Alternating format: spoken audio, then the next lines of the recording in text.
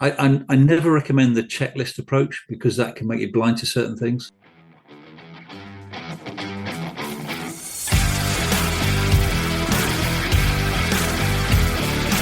Welcome to the Circuit Magazine, the #1 source of information on protection matters, the industry-leading magazine for all security professionals who want to stay ahead of the game.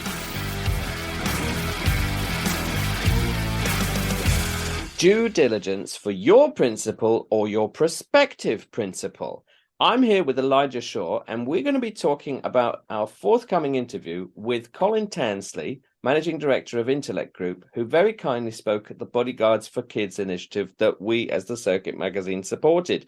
Elijah, is this a topic that every protector should really get ahead of? I think so, mostly because Colin has a unique perspective. Of course, when we talk about the subject of open source intelligence, these days, because we have, so much information right at our fingertips, we also think anybody can do it and we can find out everything we need to know.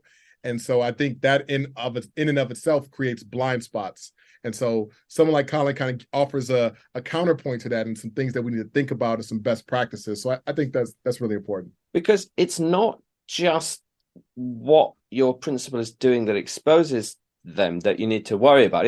It's actually, should they be my principal? Absolutely. How often do protectors get the luxury to even ask that? Yeah, for sure. And it is a question we should be asking. And I can actually say I'm speaking from personal experience here. I've got burnt in the past in terms of not doing or drilling down as deep as I should. And I think one of the things that Colin might be able to talk about is okay, when we suspect something or when we have a question, perhaps we don't have the resources to get the question answered ourselves, but we know there's enough that, okay, let's take it to the professionals. Let's take it to somebody who specializes in this as opposed to just relying purely on open source. Well, is this an episode for all protectors, or is it just for the protectors who have the luxury of so many potential clients that they can literally just say, I fancy this one and not that one? Well, I remember I was just talking to a group of students the other day, and I was saying, particularly at the beginning of someone's career, you don't necessarily have the luxury of choosing your clients. But with that said, you want to be choicey in the type of client that you have because there's an old saying, all money isn't good money. So there is a level of research we have to have, and we have to be prepared to walk away from some things. But ignorance isn't always a blessing. And so we can't be willfully ignorant. So we have to do a certain amount of due diligence. And if there's something that, raises our spidey senses, I think we as protectors have to figure out how to drill deeper into that and get some more intel. Yeah, because that intel is actionable, right? That's what makes it intel. Otherwise, it's just noise and data. And we have had, people on the podcast talking about OSINT and things like that. But actually, there's a bigger skill set, isn't it? It's a skill set of how far do I go before I know I need legal counsel? How far do I go before I know I need a PI or something like that? I mean, maybe that's the key skill for the protector. Well, I can see that for sure, because I think in other sectors, we talk about someone being a specialist, even in the areas that we do, we specialize in this area, this sector, or this part of the marketplace. So just having information at our fingertips is wonderful. But at some point we have to acknowledge the fact that, maybe I get someone on board at this stage in the game who this is what they do all of the time. The data, we need somebody to kind of correlate that data, sift through that data, and then create a recommendation that maybe is different than what a layperson might do. And I think that's helpful. And so anytime someone offers an alternate perspective or a counterpoint to maybe some of the commonly held beliefs, or but have you thought about this in relationship to a topic? I'm always all ears for it. Let's get into it with Colin Tansley, and I think this will move the needle with our OSINT debate, because there's enough OSINT courses out there, but I think this is the key nugget: due diligence for your principal or your prospective principal.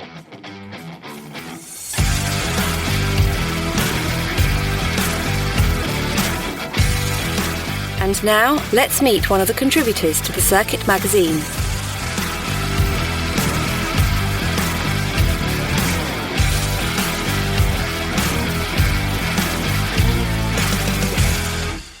Know your principal. Online tools for due diligence. Today, I'm very pleased to welcome Colin Tansley, Managing Director of the Intellect Group, to the Circuit Magazine podcast. How are you doing?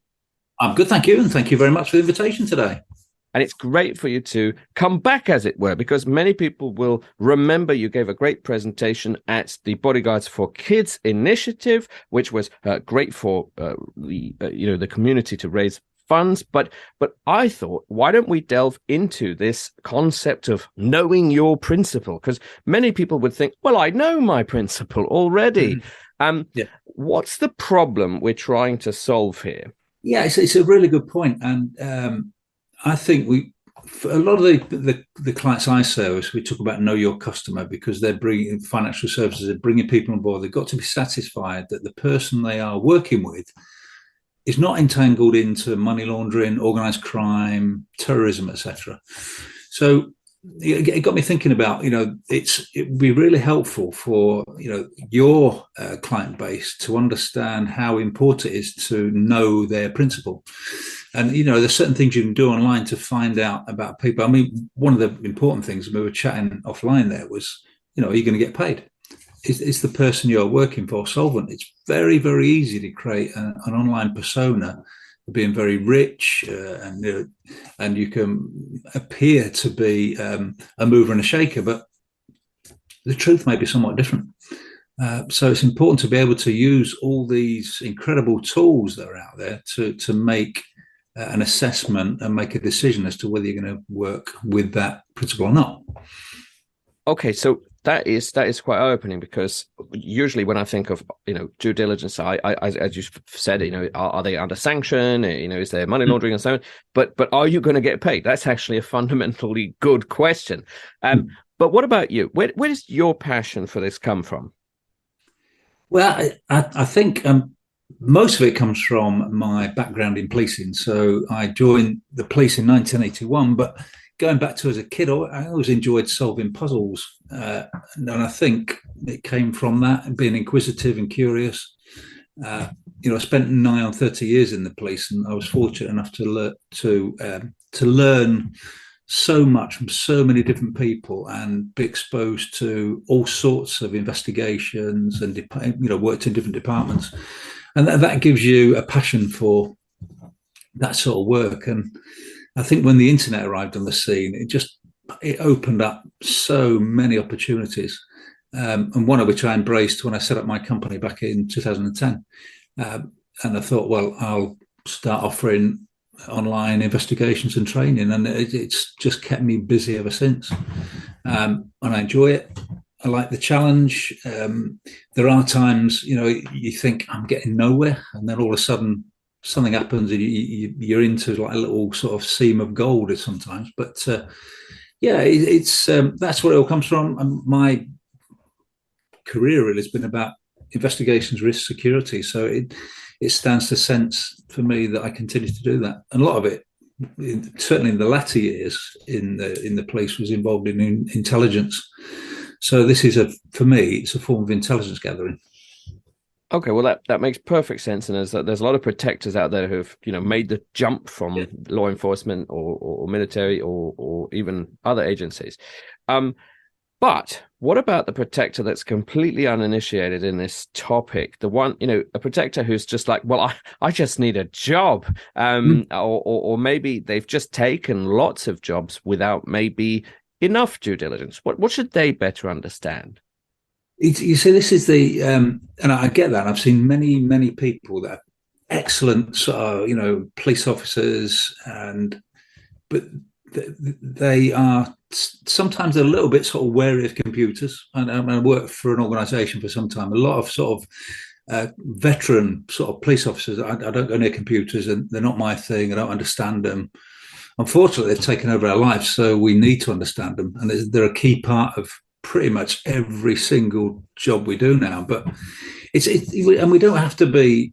I often talk about on the training about that the internet is a bit like a racing car. a high performance racing car, and I want to be able to teach people to use it to the optimum, to be safe, to drive at speed, to customize the ride, all that sort of stuff. But you just need to be able to drive safely and get to where you want to go in the best possible time. So just having the skills to stop clicking and start searching. So what you often find, if I gave you a task, or most people a task, said, look for me online, I'm going to give you 5-10 minutes and tell me what you found. I can pretty much predict what they're going to tell me. And that's because 95% of people are going to go to Google. 95% of people are going to put my name in because I told them to do that. 95% of people are going to go to result number 1, which will almost always be LinkedIn, because LinkedIn is connected to social media. Number 2 or 3 might be my website. So when I ask them to tell me what they've found, they're going to tell me what's on LinkedIn, which incidentally I wrote. And I'm not going to say I'm the worst investigator in the world. I'm going to always sort of blow myself. I will do that. And then I know what's on the website because I control it. So, the first 3 or 4 results, they will click into result number 1 because our little brain tells us that's at the top of the results screen. That's going to be the best result. It doesn't work like that because the algorithm decides what's going to the top. They'll come out and go to result number 2 and then result number 3. If you understand how the algorithm works, how the search engine works, you can actually craft a search to give you far better results, which are going to save you time. Because if you keep clicking, again, our brains are going to get tired and think, I'm bored now. And most people will only search 5 to 10 results, and that's it. And there's lots of things you can do to make your search more potent. So that's one of the things I try and get across to people when we teach. Yeah, that's fantastic, and it's got a bit of a zeitgeist right now with all the AI chatbot, this, and this, because the thing that the word on the street or the whatever in the internet these days says asking better questions is the key. I know I've attempted to do some DALL-E artificial intelligence picture, but without a really good set of parameters, I get nonsense. How important is the skill set of the question asking? It's so, and again, we spend a lot of time on this. The first thing we do is get people to step back and start thinking before they go anywhere near their keyboard. So it's understanding that search engines at the moment, let's put AI to one side for now, they work on the basis of keywords. So certain words are more important than others. So if you can develop just a few keywords from what you know about the principle, for example, and you can use certain things like exact phrase search and time limiting searches, your results are going to be much better and you're going to make a much better assessment. If you just rely on chucking a search term into Google, pressing the button, then they're going to decide what you see. Where if you craft your search just by taking some time, and I often, what we do in when I teach is we get a flip chart, we put my name in the middle, and a bit like a mind map, you're familiar with mind maps. I shout out some keywords you think might work when we search for me, and invariably police, investigator, trainer, Isle of Man where I used to live, Yorkshire, those sorts of keywords in conjunction with my name will actually get you far better results in less time. And then we can start doing other things in terms of imagery and sort of playing around with the dates before we even go to advanced search. So just on that basis alone, we reduce thousands upon thousands of results down to a couple of hundred in just 2 or 3 minutes. And that just changes the landscape completely. And that automatically shows people that it's a little bit more work than a Google, because there are some very good OSINT courses out there, these things, but and I think we may have talked about this offline, so I sort of load it already. Is there a problem with the term OSINT? One, that is it open, and what does open really mean? And two, int, because intelligence by definition should be actionable, shouldn't it? Yeah, this is again. I have a bit of a problem with the term OSINT, and I get it. I know what it's there for. It's it's an umbrella term, but it does. You're right. Open source intelligence.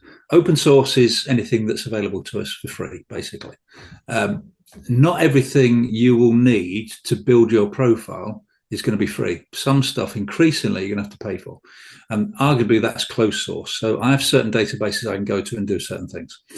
So open source and closed source has to be combined. Intelligence is a product. To make it a product, it's got to go through a process. So it involves collection, evaluation, collation, analysis, and then you get to the point of dissemination. So you've got to be able to understand all the sort of aspect, all the sort of key components of that to make it a product that's going to be of value to your client or you, whoever's going to use it, rather than just clicking.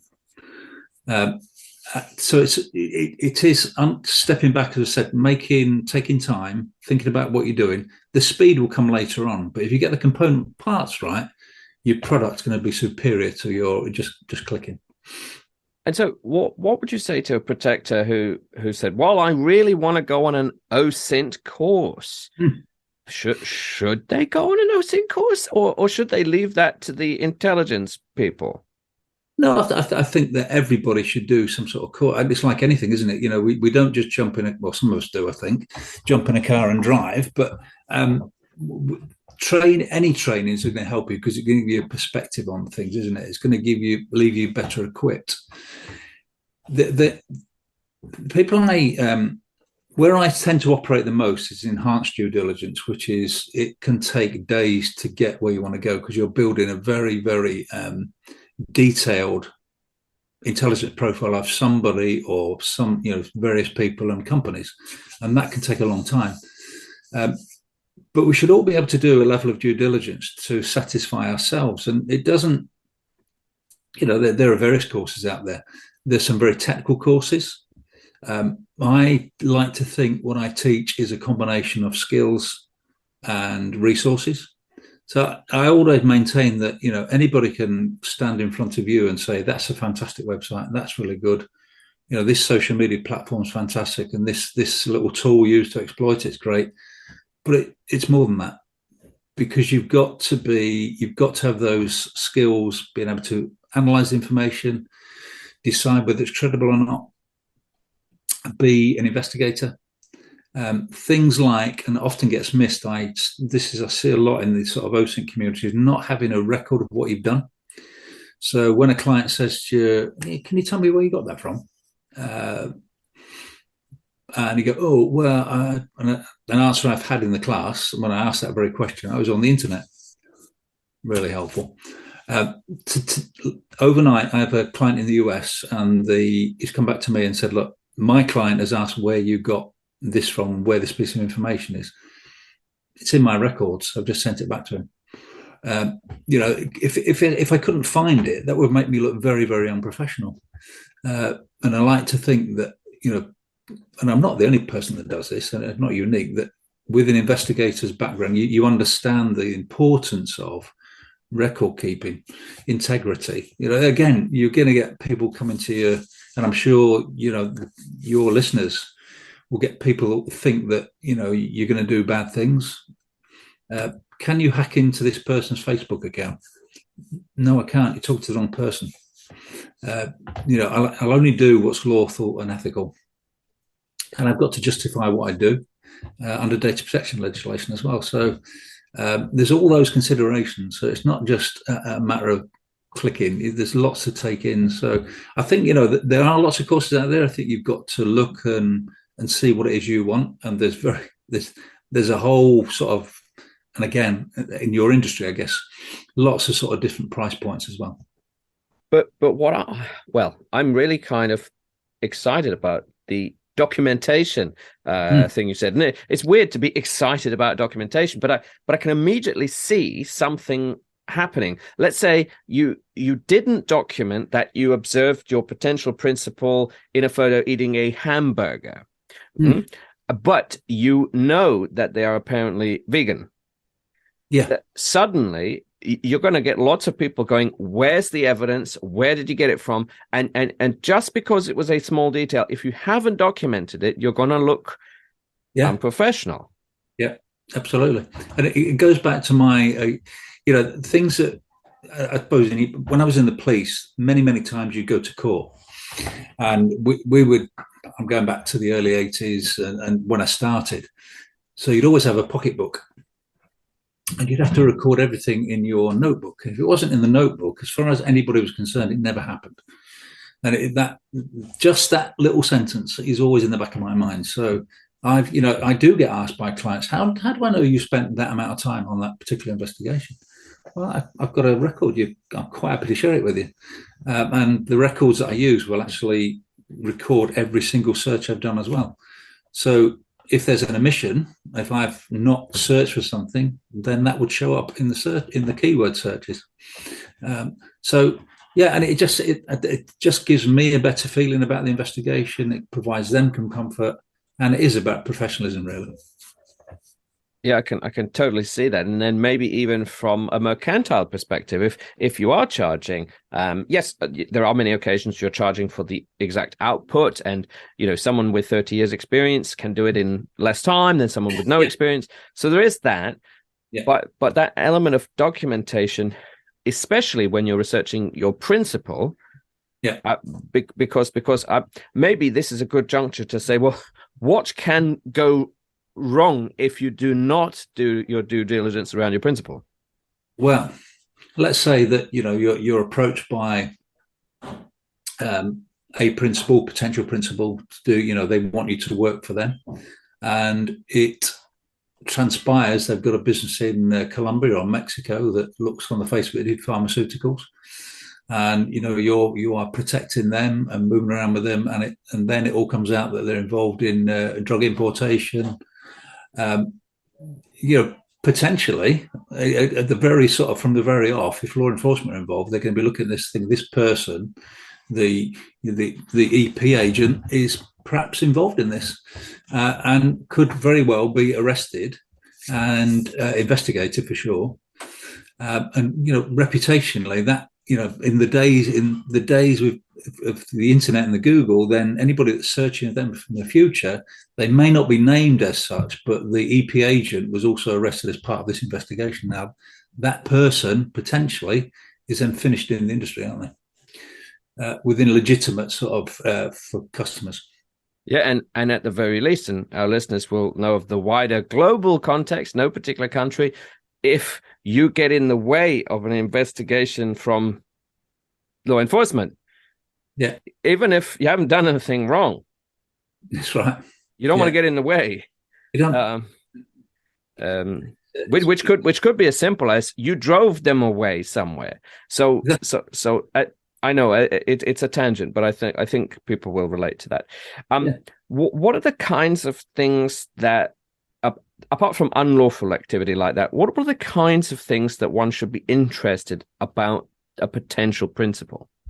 I think, going back to an earlier point, are you going to get paid? Well, are they solvent? Are there any proceedings ongoing at the moment in terms of either civil or think it? And I do know that particularly with some sort of high net worth individuals, it's part, I suppose, of the territory. They do get involved in civil proceedings, but it's understanding what it's about, because that could also elevate the threat, couldn't it? So they might be in dispute with somebody who is quite powerful. Does that elevate the threat level for what they're being asked to do, for example?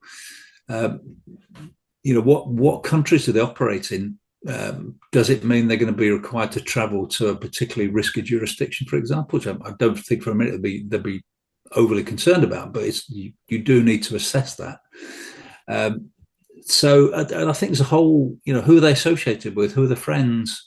And there's a lot of this stuff can be something gathered online. Sometimes you're not going to, there are times you're just not going to find it. But it can be an ongoing process in terms of works to their sort of continuing research about, okay, met with this person, don't know them, or we're going to meet this person. What do we know about that individual? So I suppose it's all part of that sort of threat assessment, a dynamic threat assessment all the time that you can continue to use. And maybe it's an interesting just soundbite question, but I think it's good to ask.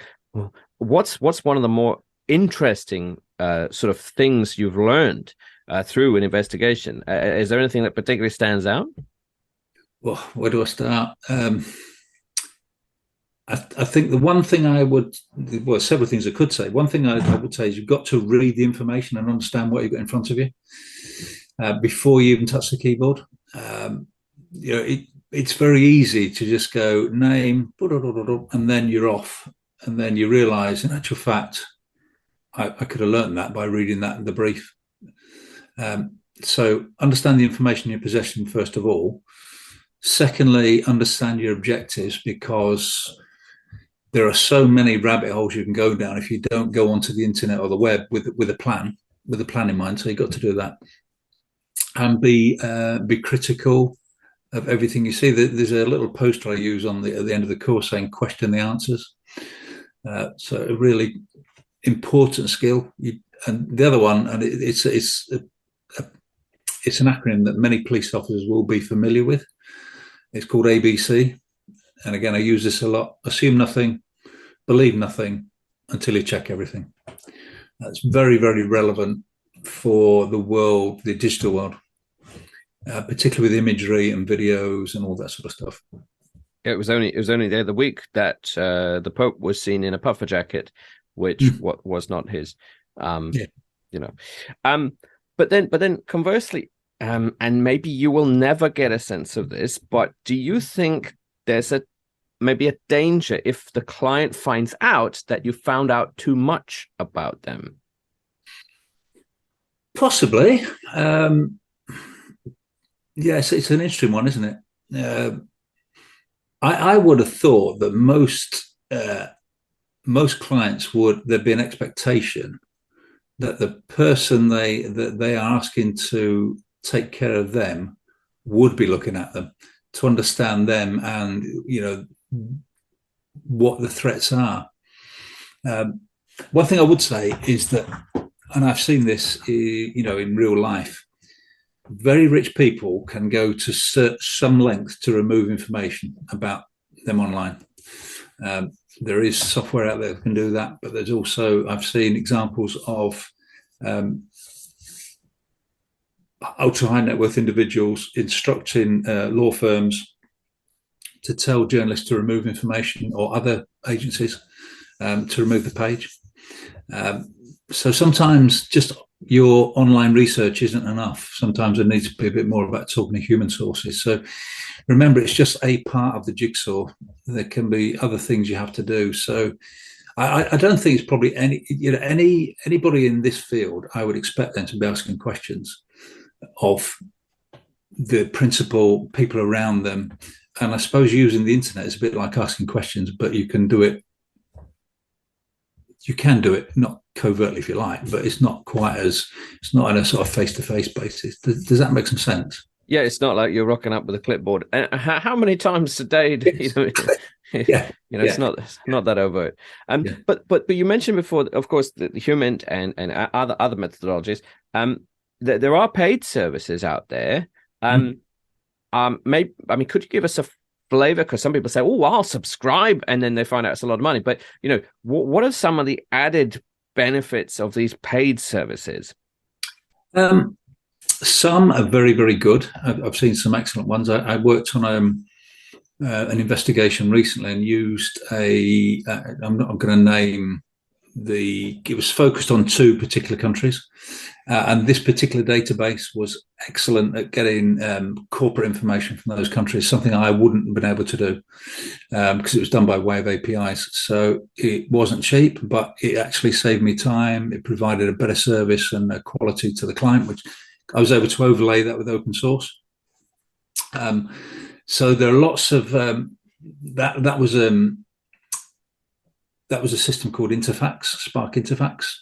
I've got a database that I use for UK addresses, which I have to use with a legitimate interest, but I can use it to to sort of check addresses. I can check email addresses and phone numbers sometimes.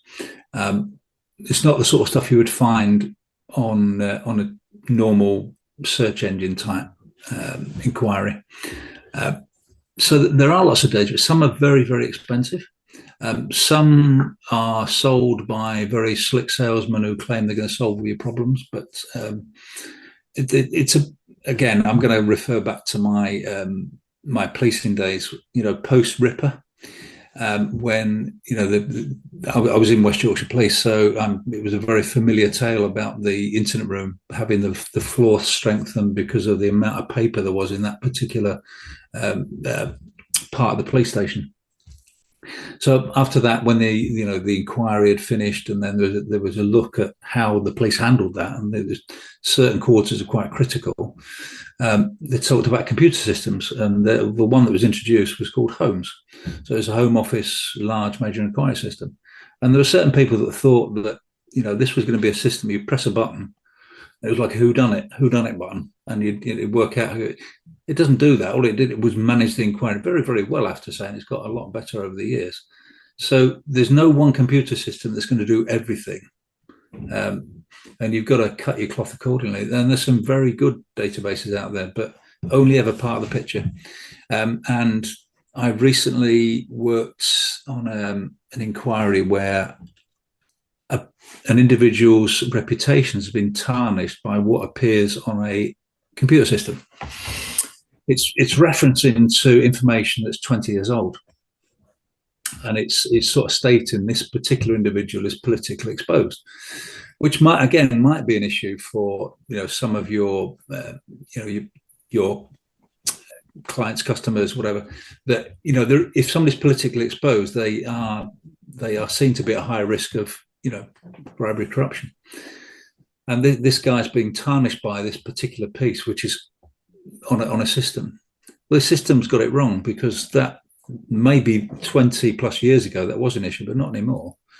But people look at the piece on the system and make the decision, we're not working with that person on the basis of that piece of information 20 plus years ago, which is no longer relevant. And if they delved into that particular incident in a little bit more detail, you'd see that completely unwarranted anyway. So again, you've got to investigate the database information as well sometimes, and take it that bit further. And on that particular occasion, I was asked to do almost like a reverse due diligence. So it's a product that the client could then take to companies and say, look, I've had an independent investigator look at this, and this is what his side of the story is. Mm-hmm. So I get asked to do lots of different types of inquiries, but mostly sort of due diligence. So that was a very interesting one, and it sort of screamed that the system got it wrong, and there potentially a data protection infringement there as well. No, I hadn't considered that, and of course, yeah, especially if one was to pay a lot of money and then it suddenly flagged up, something, and then how far do you do due diligence on the due diligence? Yeah, exactly. But maybe mechanically or mechanistically, imagine my need is for one particular small country somewhere. Yeah. Are there fractional licenses? Because let's say I go to Benin and there's a Benin database. I don't want a year's Benin database. Does it work in a way like, you can buy certain credits, or is it not as user friendly as that? Some do, yeah. So some systems do that. Sometimes you can talk to the sales representative or the marketing people and say, look, on the example I quoted there about the Interfax, I negotiated access for 3 months. That's all I needed it for. So I think it depends on the provider. Some systems work on a credit basis. There's one system I have a pay-as-you-go. So every time I do a search, it costs me X amount of money. It wouldn't be economically viable for me to pay the subscriptions. I don't use it that much. So that works well. And I have other system that I pay. I've an agreed amount of searches, which is protect. So most of them will negotiate with you in terms of your access. And sometimes it's actually cheaper to go to an independent investigator who's got these databases, and it'll be factored into the fee anyway. So you're not paying that huge amount of sort of monthly subscription. I like that, because that's maybe my other thing. This isn't necessarily for the frontline operator to worry about. It's more to think, when I hire someone who has economies of scale, and you can do it and do it at maybe a cheaper rate than if they did it themselves. Yeah, and I think that there is a sliding scale here that I always recommend to clients. Look, what we can do. I get lots of inquiries about enhanced due diligence, and my first question then: do you really need enhanced due diligence? Because that's going to take time and it's going to cost money. So what we could do is we can start at the risk assessment basically, and I'll go off and I'll do some work first, and I'll tell you what my sense is in terms of the risk to you of working with that person. And then if we need to elevate it to the next level, we can. And so always try and work with the client on that one. So it might be the operator does some searches, not overly sure, can contact an independent investigator and agrees, well, can you just confirm to me, yes or no, whether what I'm seeing is right, and do I need to go to the next level so I can task you then to do that? So you don't have to necessarily leap to, the gold standard every time. So I often offer that to clients that we'll do a scoping exercise. And is this similar to enhanced vetting for recruitment? Maybe the types of developed vetting or other types. Is it the same sort of investigations? Yeah, similar. I mean, there are certain things you have to remember that, we as online investigators can't get access to. It's just so convictions is one of the big ones that you'll often get asked, can you find out if this person's got any convictions? Well, in the UK, unless there was a journalist in Europe, unless there was a journalist in the courtroom, you're not going to see that unless it was passed later on to the newspaper. So the best option, if it's available in certain countries, is get the subject you're looking at. Are they agreeable to go and ask for a DBS check?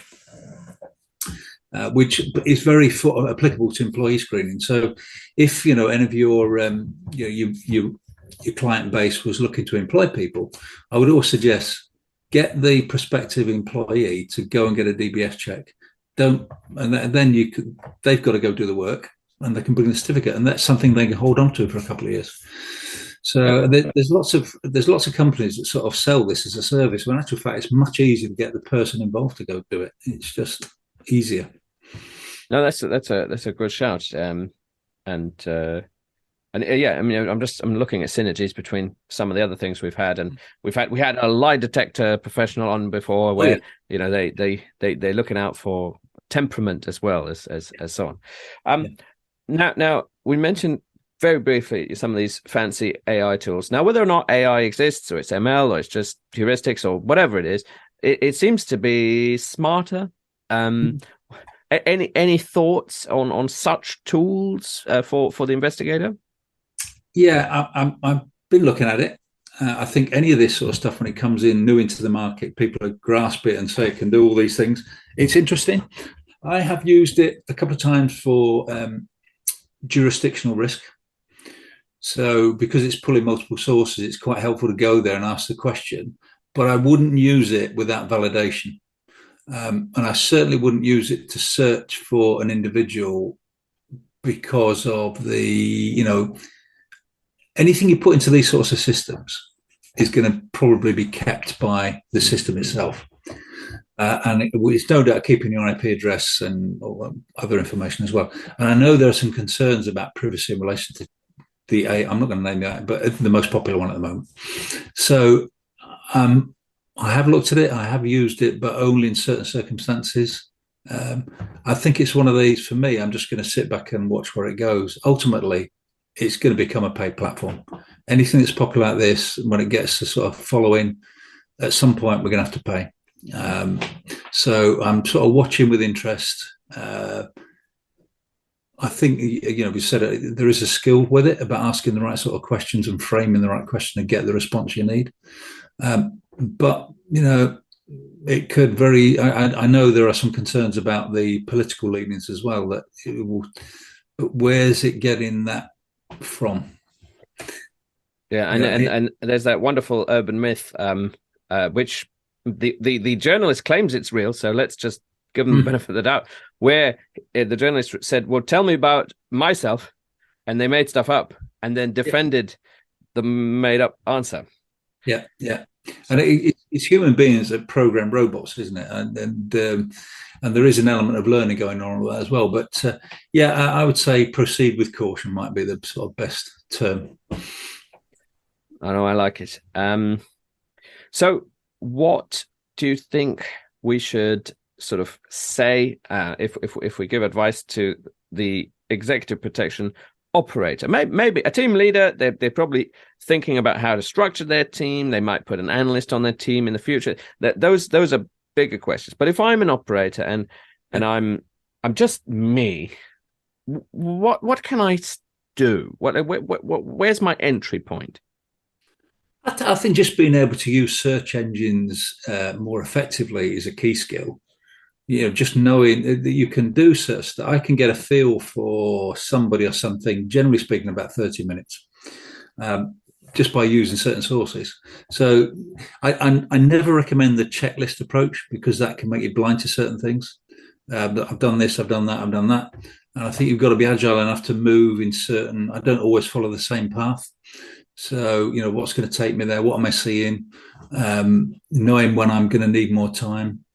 But I think there's a bit about, and all this is about knowing your own strengths, that I was very well looked after when I was in Iraq as a police advisor by some great guys on the protection team.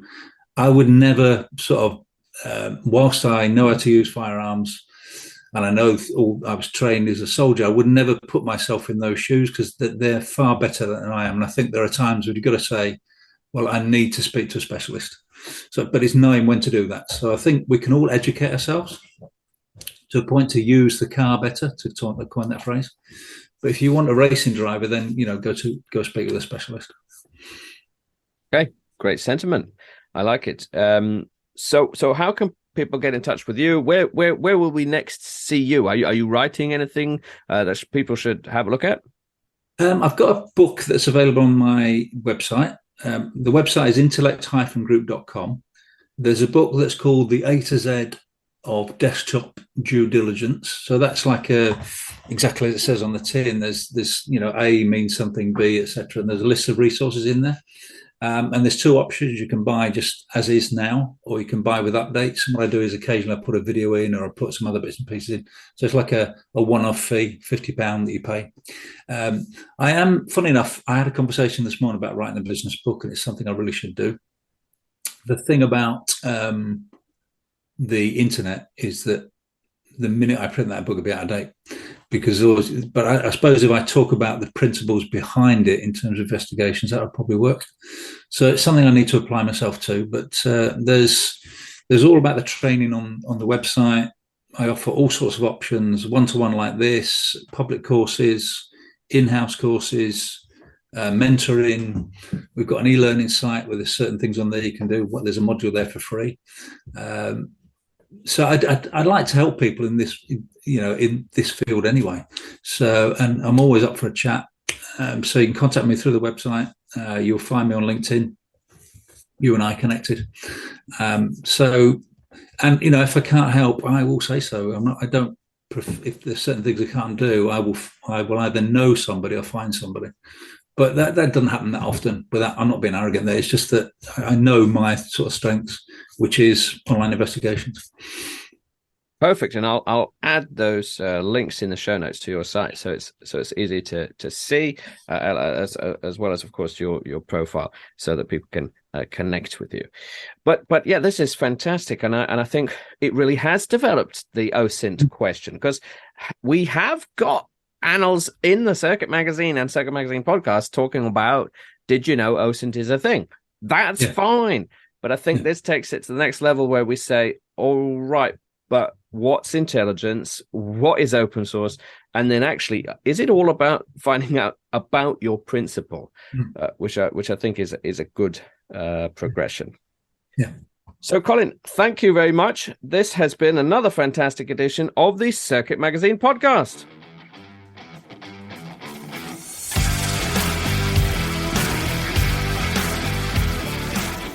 Well, thank you very much, Colin, and great to have someone not just list the skills, not just give us a taster of what one could learn on a potential course, but actually to hone it in on the principal. What struck me was, can your principal pay you? Right. There's all sorts of funny things, but Elijah, how have you enjoyed this topic? I enjoyed it quite a bit. Again, the beautiful thing about the Circuit podcast is that we bring these subject matter experts. We bring them from diverse skill sets and, diverse parts of the world.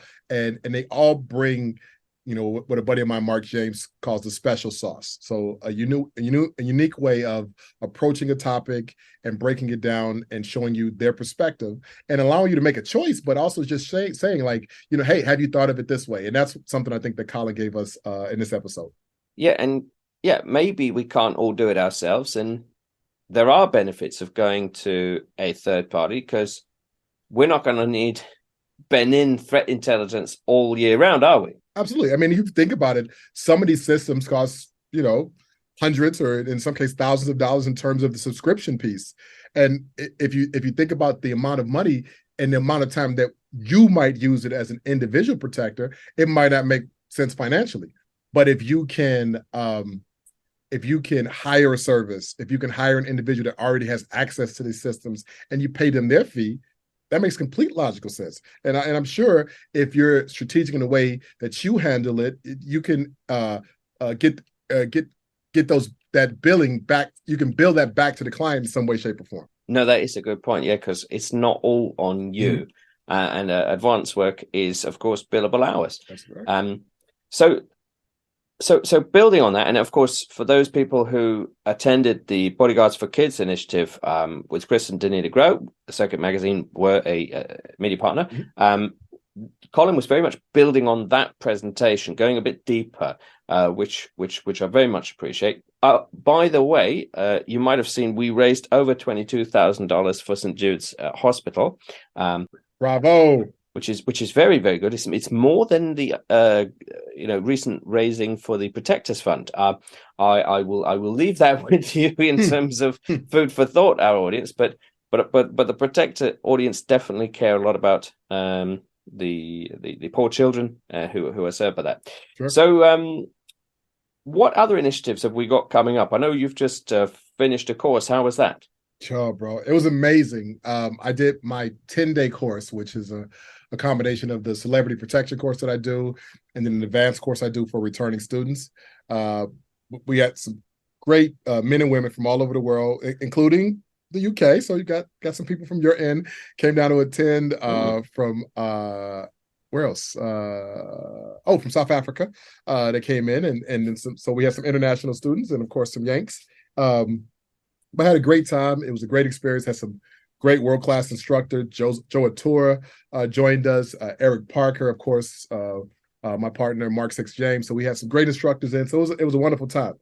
And then I made the crazy decision.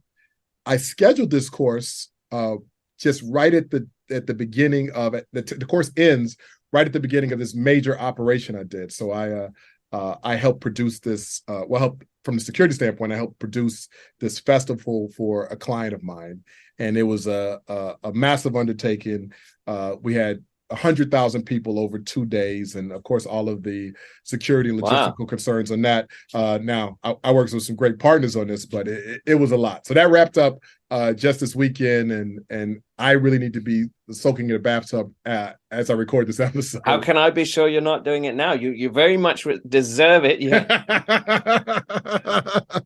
Yeah. If you hear some water splashing, that's just the sink, right? Yeah. I think you definitely deserve it, and there's definitely going to be a lot of listeners who are in some way connected to that because that's a big event, or maybe they want to be associated with an event of that magnitude. So great. Thanks.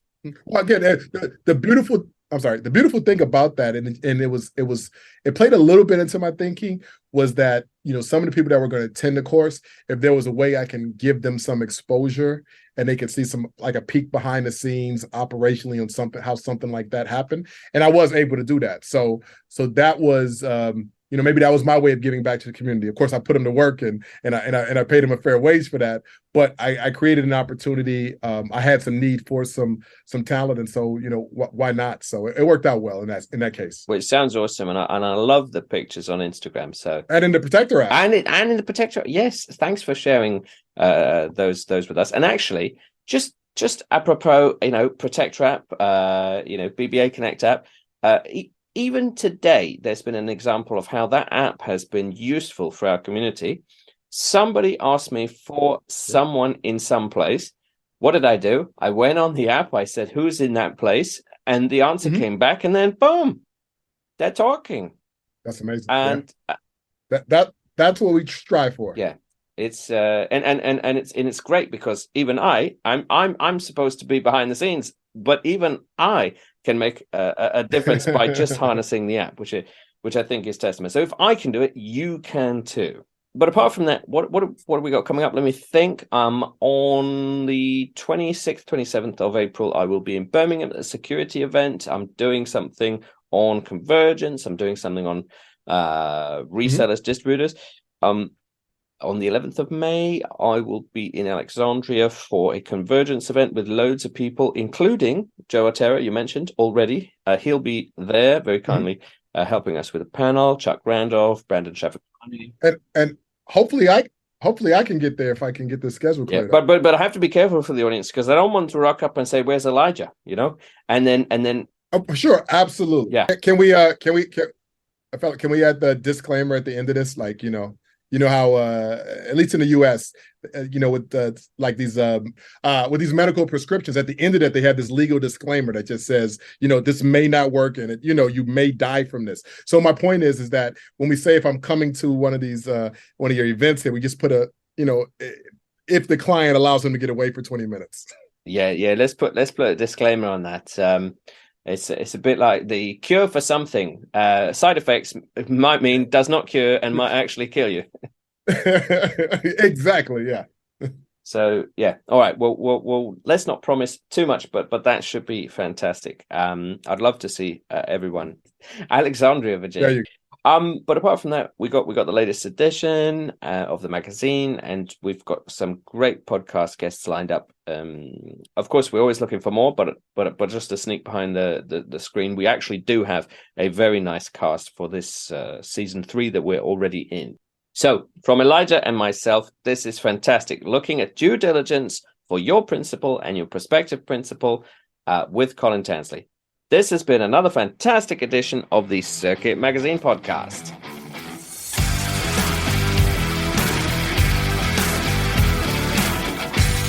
You have been listening to the Circuit Magazine podcast. Be sure to subscribe and be sure to not miss an episode.